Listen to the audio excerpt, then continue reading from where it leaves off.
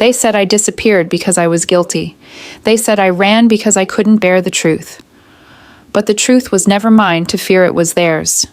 My name is Eleanor Vale, and this is the story of how I was buried in rumors and how I learned that silence can be the loudest kind of justice.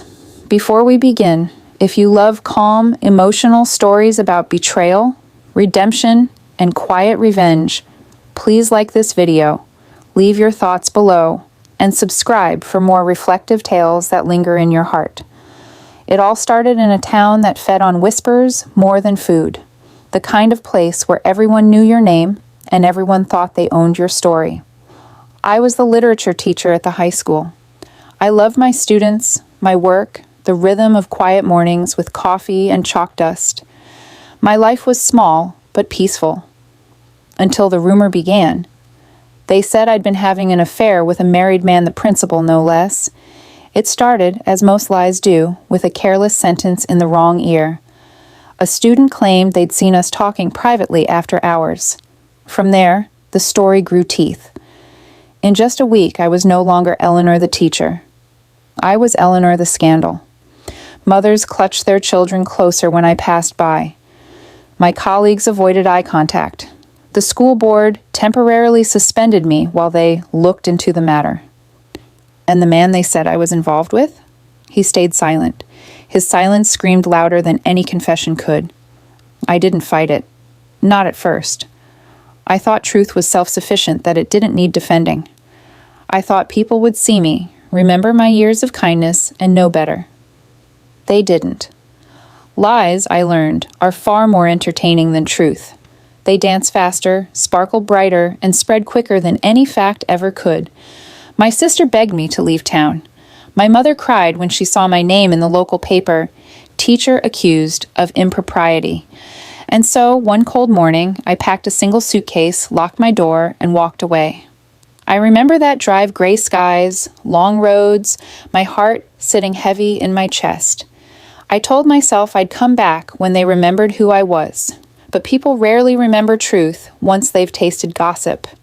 For 2 years, I lived quietly in another town. I taught part-time, painted in the evenings, learned to enjoy my own company again. Silence became my companion, my armor. But one afternoon, an envelope arrived in my mailbox, no sender, no return address.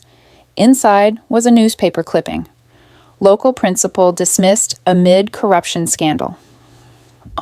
The man who had let me drown in rumor had finally faced his own truth. Embezzlement, fraud, manipulation, it was all there in black and white. And suddenly, I understood.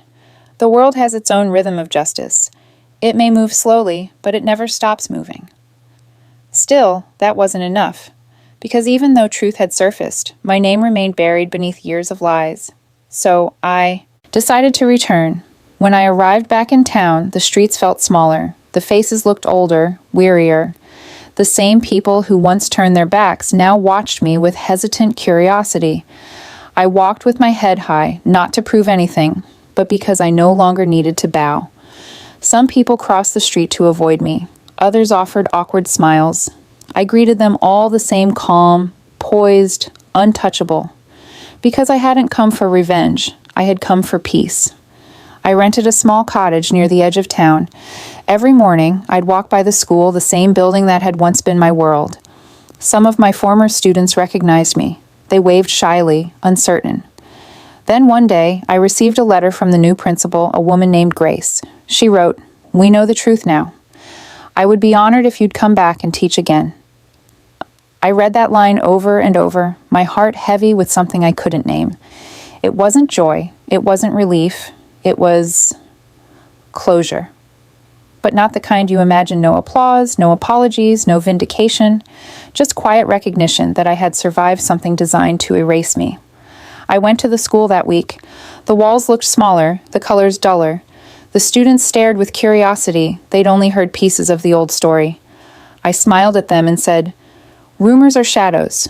Truth is the light. Don't ever mistake one for the other." And just like that, I began again. But beneath that calm, something inside me shifted, not bitterness, not vengeance, but strength. The kind that only silence can forge.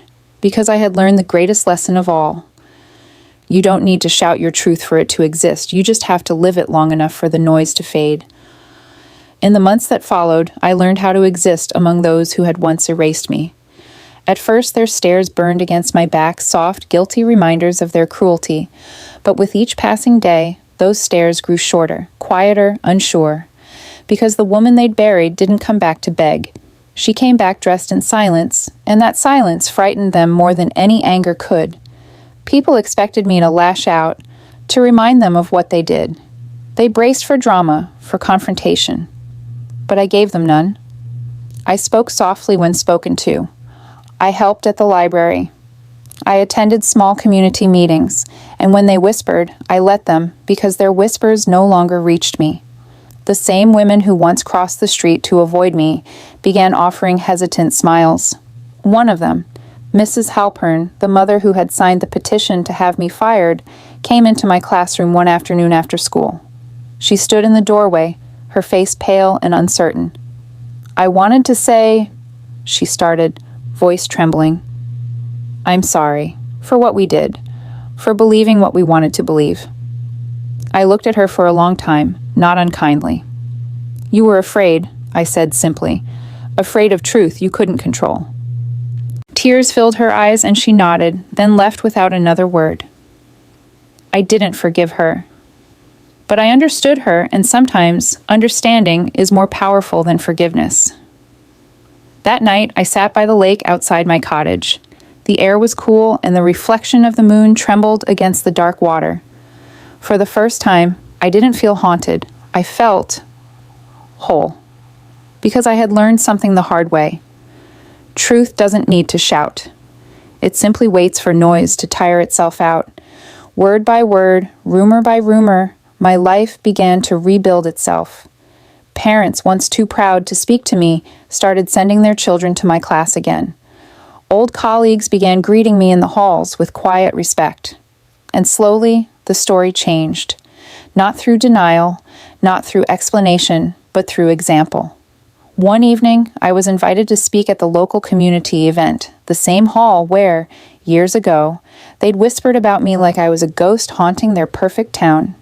When I stood at the podium, I looked out over their faces, the familiar eyes, the same hands that once pointed at me. The room fell into an uneasy hush. I said, "Some of you knew me once, or thought you did. You heard a story and believed it because it sounded easier than the truth. I don't blame you. Lies are beautiful at first. They glitter. They unite people in false comfort. But truth," I paused. "Truth asks something harder of us. It asks us to see." You could have heard a pin drop. I continued. "When you bury someone in lies, you also bury a piece of yourself, your integrity, your kindness, your humanity. The question is, when truth rises again, will you be brave enough to meet its eyes?" No one spoke when I finished, but they didn't need to. I saw it in their faces, the discomfort, the guilt, the quiet realization that maybe silence had been their loudest sin. Afterward, a few approached me. Some thanked me. Some simply nodded, tears in their eyes.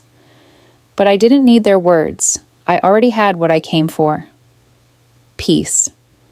You see, revenge is noisy, justice is patient, but peace is silent, and it demands courage. Months turned into a year. My name no longer carried the weight of scandal. The town that once fed on my ruin now invited me to judge writing competitions, to read poetry at the community center. They didn't realize it, but I had forgiven them long before. Not for their sake, for mine, because carrying hate keeps you in the same grave they put you in, and I had no interest in staying buried. One afternoon, as autumn light spilled across the classroom floor, a student asked me, "Miss Vale, how do you know when people truly change?" I smiled. "When they stop talking about it," I said. "Change doesn't announce itself. It shows up quietly in how you treat others when no one's watching." She nodded, writing the words down as if they mattered, and I suppose in some quiet way they did. That evening, as I walked home, I passed the same street where years ago I'd heard the first whisper about myself. It used to sting, that corner, that memory, but now it felt like a place I'd outgrown. The people who had once defined me were just characters in a story I no longer needed to tell, because the truth had already done its work. When I reached my cottage, I paused by the mirror in the hallway.